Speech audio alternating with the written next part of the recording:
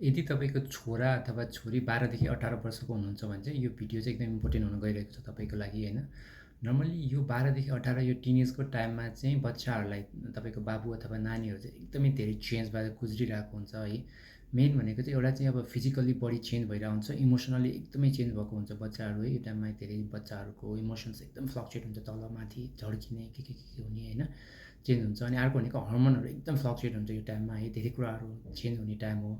त्यही भएर एकदमै क्रिटिकल टाइम हो। अनि यो टाइममा बच्चाहरूले फेस गर्ने एकदम ठुलो समस्या भनेको चाहिँ पिम्पलको समस्या हो। पिम्पल अथवा डन्डिफोर अथवा एक्नी जे भने पनि हुन्छ होइन, यो समस्या हो।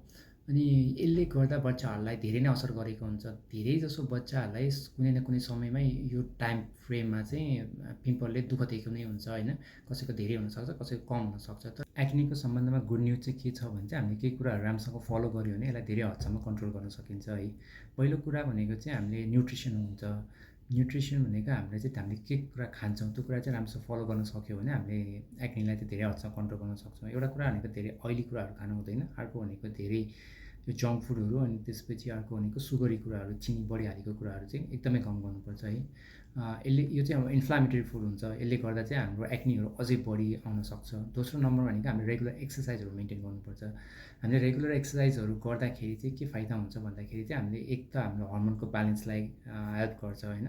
अर्को दोस्रो नम्बरमा भनेको चाहिँ हाम्रो स्किनमा सर्कुलेसन बढ्छ, जसले गर्दा एक्नीको सम प्रब्लम कम हुन जान्छ होइन।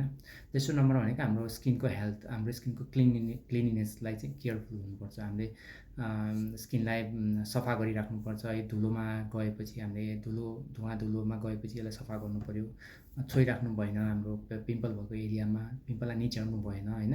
अब यो कुरा सबै राम्रोसँग फलो गऱ्यो भने चाहिँ हाम्रो एक्नी धेरै हदसम्म कन्ट्रोल हुन्छ है।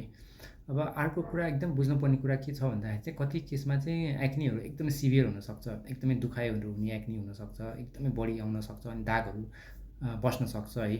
यसले गर्दा चाहिँ यस्तो खाले एक्नी आयो भने चाहिँ यो लङ टर्ममा हाम्रो पछिको लाइफमा पनि अब दागहरू बसेर हाम्रो सेल्फ स्टिम कम हुने, हाम्रो सेल्फ कन्फिडेन्स कम हुने, हाम्रो सोसियल लाइफलाई असर गर्न सक्छ। त्यही भएर बुबा आमाले चाहिँ के बुझ्नुपर्छ भन्दाखेरि यस्तो खाले दुखाइ खाले हुने एक्नी, एकदमै बडी फेसबाट एक्नी आएको छ भने यसलाई एकदम इजिली लिनु हुँदैन।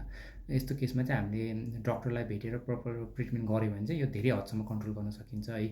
त्यही भएर बच्चाहरूलाई चाहिँ आफ्नो बच्चाहरू यो एक्नीको समस्याबाट कति गुज्रिराख्नु भएको छ, यो हर्मोनको फ्लक्चुएसन, इमोसनल फ्लक्चुएसन कति गुज्रिनु भएको छ भनेर आफ्नो टिनेजको बच्चालाई चाहिँ एकदम रेगुलरली एकदमै साथी जस्तो फ्रेन्ड सधैँ कुरा गर्नुपर्ने हुन्छ है।